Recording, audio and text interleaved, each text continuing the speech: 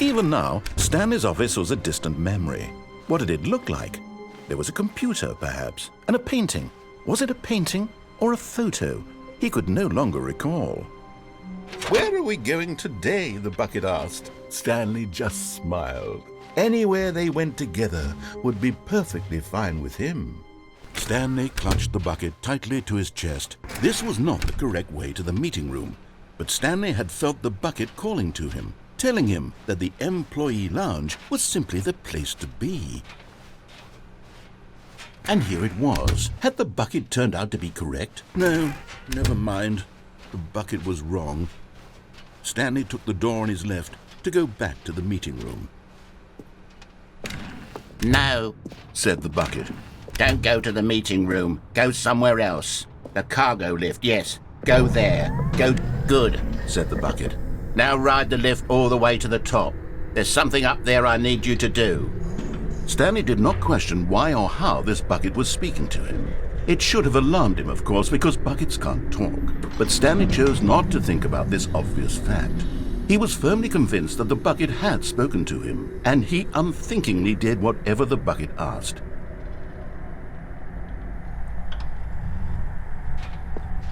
"In here," said the bucket. "Go into this dark room over here." Stanley once again obeyed blindly. "Now pick up the phone," said the bucket.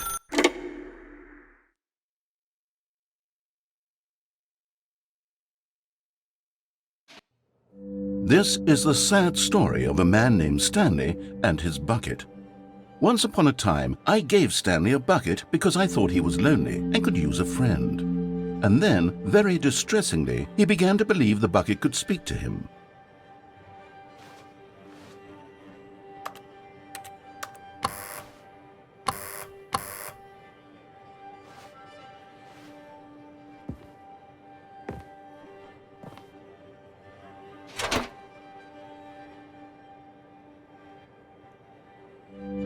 The Stanley Parable Reassurance Bucket was merely meant to provide the comforting glow of companionship.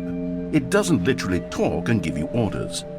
Whatever Stanley is hearing the bucket say to him is just in his head.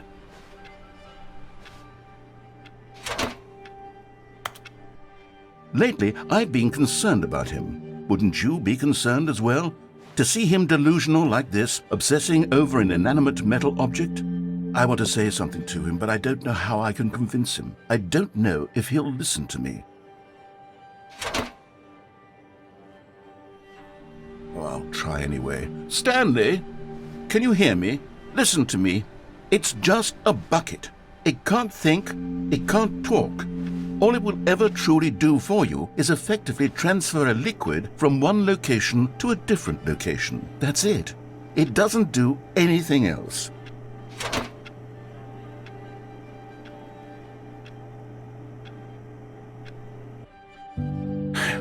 You see, he's not listening. He's still taking orders from the bucket. You know, once upon a time it was me he took orders from, me he trusted and listened to. Now all he cares about is his awful bucket, this stupid hunk of metal.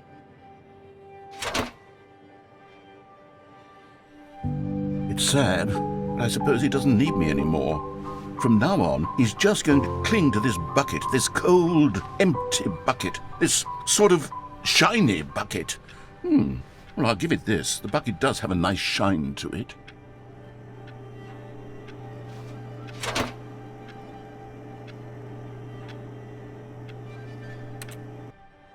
Yes, I suppose on closer inspection that it doesn't quite look like your average hardware store bucket. It's just a little more, what am I trying to say? Sturdier, more capable of transporting liquid. Like it would be better at moving an amount of water from one room to another.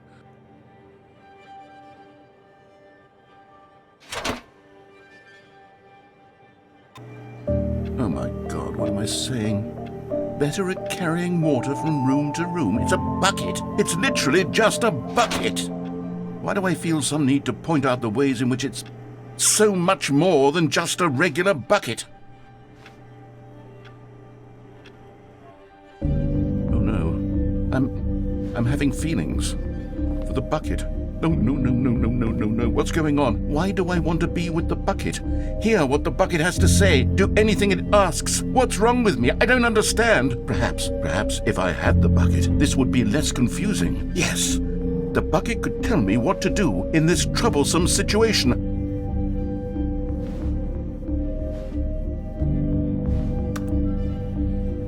Stanley, give me the bucket. Give it to me. Give me the bucket, Stanley. I need it. Give it to me now. Give it or I'll...